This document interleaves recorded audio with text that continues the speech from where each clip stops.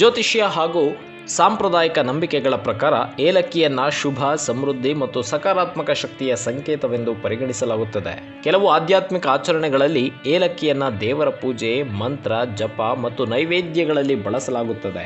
ಏಲಕ್ಕಿಯ ಸುವಾಸನೆಯು ಮನಸ್ಸಿಗೆ ನೆಮ್ಮದಿ ನೀಡುತ್ತದೆ ಹಾಗೂ ಏಕಾಗ್ರತೆಯನ್ನು ಹೆಚ್ಚಿಸುತ್ತದೆ ಎಂಬ ನಂಬಿಕೆ ಇದೆ.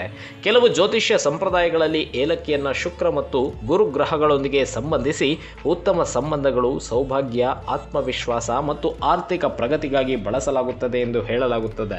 ಆಧ್ಯಾತ್ಮಿಕ ದೃಷ್ಟಿಯಿಂದ ಏಲಕ್ಕಿಯು ಪೂಜಾ ವಿಧಾನಗಳಲ್ಲಿ ಶುಭದ ಸಂಕೇತವಾಗಿ ಬಳಕೆಯಾಗುತ್ತದೆ ಮತ್ತು ಅದರ ಸುವಾಸನೆಯು ಧ್ಯಾನ ಹಾಗೂ ಪ್ರಾರ್ಥನೆಗೆ ಅನುಕೂಲಕರ ವಾತಾವರಣವನ್ನು ಸೃಷ್ಟಿಸುತ್ತದೆ ಎಂಬ ನಂಬಿಕೆ ಇದೆ.